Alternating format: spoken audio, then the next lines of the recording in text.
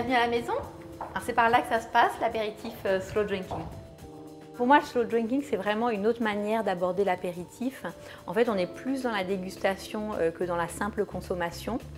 Et pendant l'apéritif slow drinking, moi j'associe toujours un cocktail avec des amuse-bouches.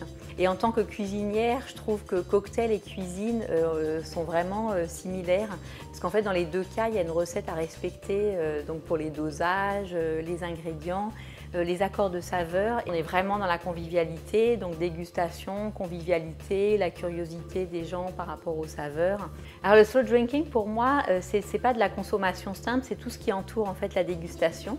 Donc moi j'aime bien commencer par déjà choisir les verres adéquats par rapport au cocktail que je vais préparer. Et puis j'aime bien aussi le partage où chacun avec ses propres mots, voilà ce qu'il pense des accords, de ce qu'ils sont en train de déguster. Je trouve que c'est sympa, c'est convivial et on est vraiment dans le partage. Ah, pour moi, la règle d'or du slow drinking, c'est vraiment de prendre son temps. On est dans la dégustation, donc ça permet vraiment de mieux apprécier.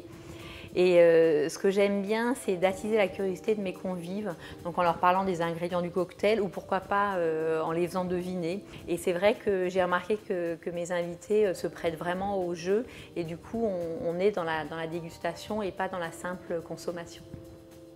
Ok, je vous montre, on passe en cuisine. Moi, quand je prépare mes cocktails, je garde mes réflexes de cuisinière, donc en fait, j'utilise un doseur. Alors ça a deux avantages. Ça permet dans un premier temps de maîtriser sa consommation d'alcool et deuxièmement de bien respecter, parce que c'est comme une recette, donc on va bien respecter l'équilibre des saveurs entre les différents éléments.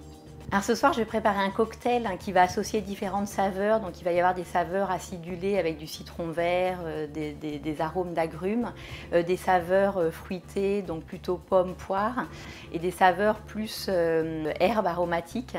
Et du coup, on aura un petit peu d'amertume, mais on aura un bon équilibre entre la douceur, l'acidulé et le fruité. Quand je prépare mes apéritifs slow drinking, ce que je fais, j'associe toujours le cocktail avec des amuse-bouches. Donc en fait, ça permet de renforcer les saveurs entre les différents éléments et de sublimer l'un et l'autre. Donc là aujourd'hui, moi je propose à mes invités des billes de chèvre et de ricotta et chacun en fait va les tremper dans les graines de pavot, les graines de sésame, la ciboulette.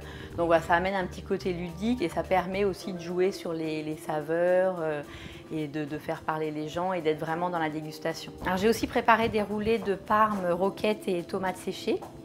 Donc en fait ça fait office d'entrée, voilà, comme ça on enchaîne directement sur le plat principal à table. Et alors si j'ai choisi ces amuse-bouches par rapport à mon cocktail, déjà parce que le côté ludique où chacun trempe sa boulette de fromage dans les différents éléments, mais c'est aussi par rapport au cocktail. Là je vais associer le côté un peu moelleux qui va bien aller avec le côté acidulé, floral du cocktail et le côté un peu amer.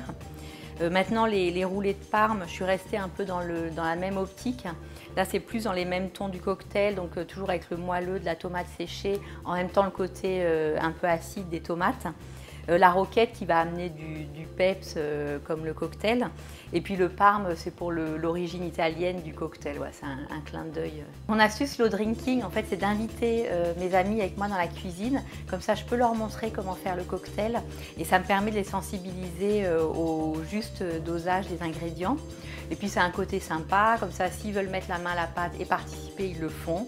Et après, ils ont encore plus de plaisir à le déguster parce qu'ils l'ont fait eux-mêmes. Alors une fois qu'on a préparé les cocktails ensemble, en général mes invités m'aident à tout mettre sur la table basse. Pour moi, un apéritif slow drinking, c'est vraiment important d'instaurer un rituel.